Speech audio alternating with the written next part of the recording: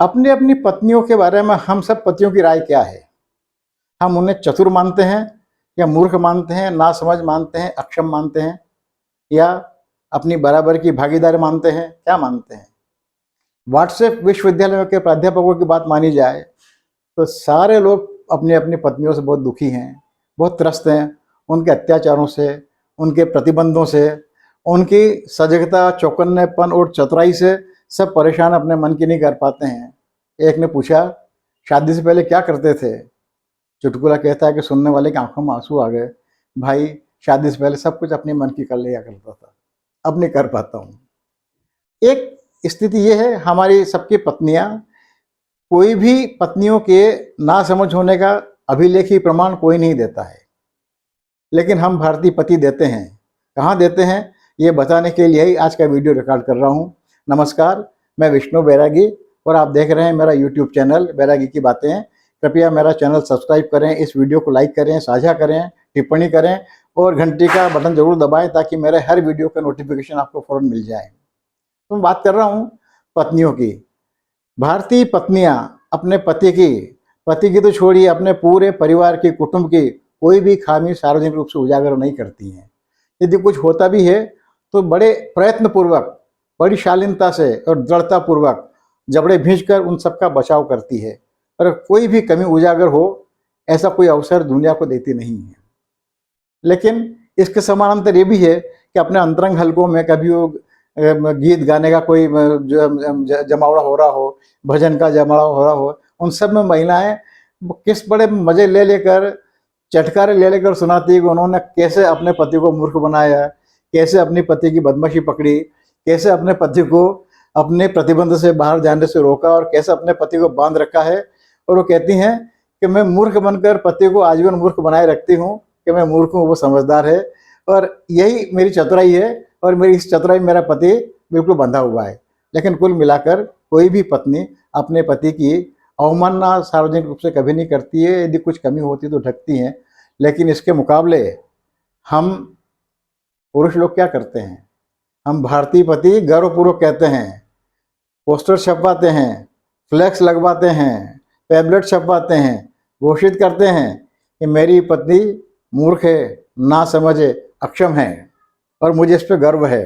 पूरे चूंकि ये ऐसी है इसलिए आप मेरी सहायता कीजिए। मैं बात कर रहा हूँ स्थानीय निकाय के चुनाव में महिलाओं के लिए आरक्षित स्थानों पर महिलाओं के चुनाव लड़ने की बात को लेकर। आपने देखा होगा कि जो पुरुष अपनी पत्नी को, स्त्री को पैर की जूती मानता है, दासी मानता है, वो उसी के बहाने इज्जत लेने के लिए जी जान से जुट जाता है। खुद चुनाव लड़ सकता नहीं तो पत्नी के नाम से चुनाव लड़ता है और उसे अकेले पत्नी का नाम नहीं देता, नाम अपने पति का साथ, अपने खुद का नाम भी साथ में देता है।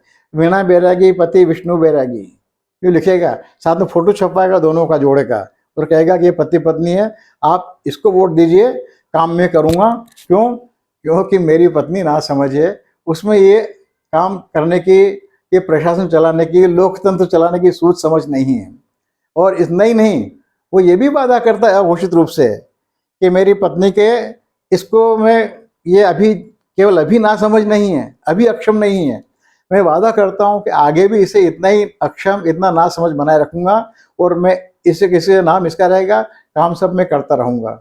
आपने सुना होगा पंचपति, सरपंच पति, जनपद प्रतिनिधि पति, जनपद अध्यक्ष पति, पार्षद पति।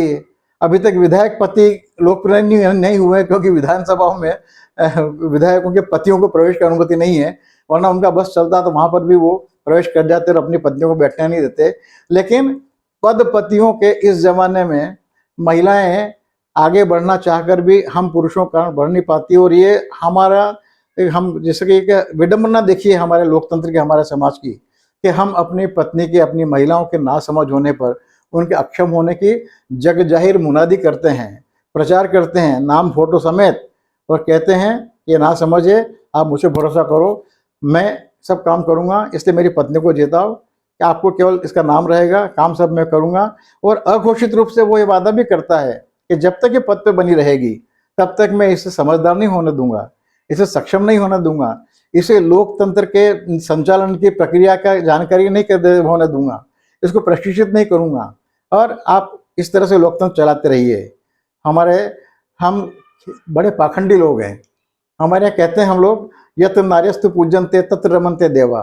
फिर दुहाई देते हैं कि हमारे ज्ञान की देवी सरस्वती, शक्ति की देवी दुर्गा, लक्ष्मी की देवी, धन संपत्ति की देवी लक्ष्मी, हम सब दुहाइयाँ देते हैं। लेकिन अपने अपनी देवियों को हम कुल मिला के जग जाहिर रूप से घोषित करते हैं कि हमारी देवियाँ वही पूजा फली कर लेंगे। लेकिन ये ना समझ है, सक्षम नहीं है, समर्थ नहीं है। पत्नी को हम लोग, महिलाओं को उनकी अक्षमता तो उजागर करते हैं, अपनी ओर से ये दावा नहीं करते, कोशिश नहीं करते हैं कि हम उन्हें सक्षम बनाएंगे। ये ऐसा करके हम अपनी बुद्धिमत्ता बता रहे हैं या अपनी मूर्खता जता रहे हैं। हम पुरुषों को इस बारे में सोचना चाहिए। जिस पत्नी को पाँव की जुत्ती मानता है उसे ना समझ, अक्षम घोषित करते हैं और उसी के नाम पे नेतागिरी करते हैं।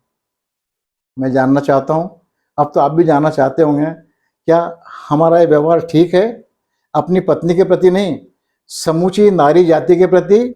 और बात को थोड़ा आगे बढ़ाऊँ तो क्या हमारे लोकतंत्र के प्रति, हमारी लोकतांत्रिक प्रक्रिया को सशक्त बनाने के प्रति और आधी आबादी को उसका पूरा पूरा देय मिले, उसकी प्राप्ति उसे मिले, उसके प्रति क्या हमारे व्यवहार, हमारे दृष्टिकोण, हमारे आचरण उचित है?